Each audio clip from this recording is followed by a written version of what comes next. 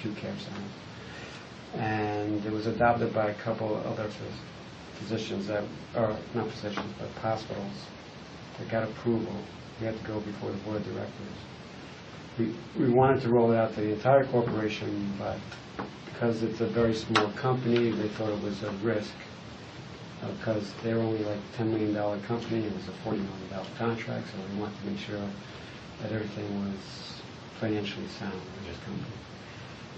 But as far as rolling out to the rest of the corporation, it's been pushed back from the board of directors, from 2 board of directors, in particular because they thought it was an outsourced service, which it is not.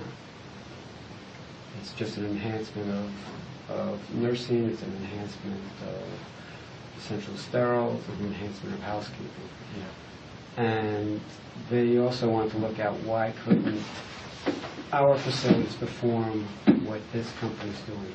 Yeah. Oh, I see. So, from my perspective, I thought that was not sound judgment. I thought, I don't know how they're looking at this, but you know, if you're providing better patient care and you're allowing the nurses to do their job and focus on that patient, and just allowing this company to come in and provide a value add, basically, and you're doing more procedures, it's cost effective. Yeah. And we don't have the capital to buy. If we wanted to go in and buy all this capital that they provided, we couldn't do it. Yeah. And we couldn't.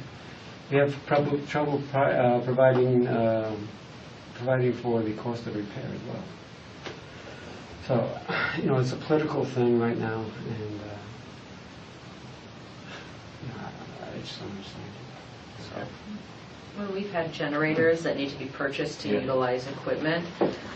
The way that the hospital will accept it is if they'll do like a lease on it or a per use, or if the generator serves other uses as well. Like that's the way that hospitals will purchase a generator. Okay.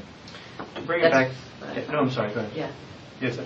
So to bring it back to this product line we're talking about, I mean, I'm just trying to I'm just create models in my head. Like one model would be that the cost is really heavily put on the disposable.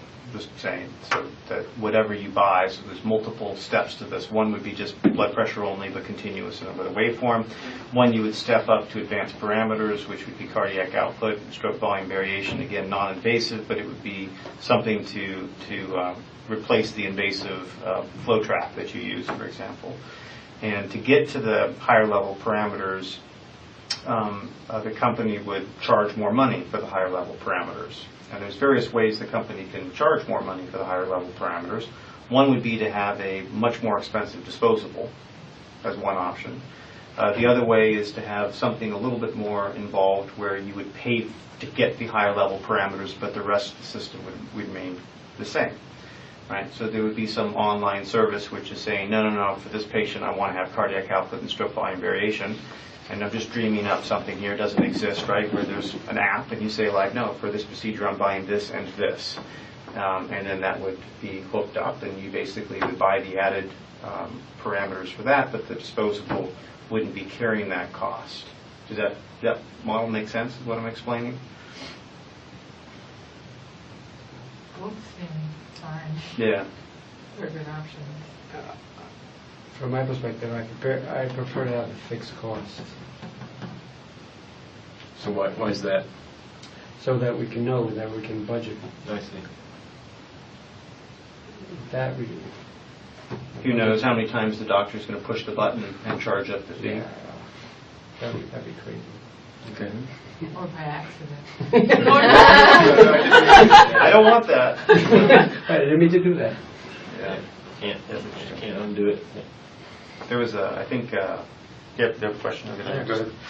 So I think, I was talking to an airline pilot, and for aircraft, the engines, I didn't know this, they're actually leased because it's better for the airlines to basically have the fixed cost and not have to deal with the maintenance and all of that, which kind of comes and goes in fluctuations. And that's why airlines buy large blocks of sort of futures of fuel, because it's more important for them to lock the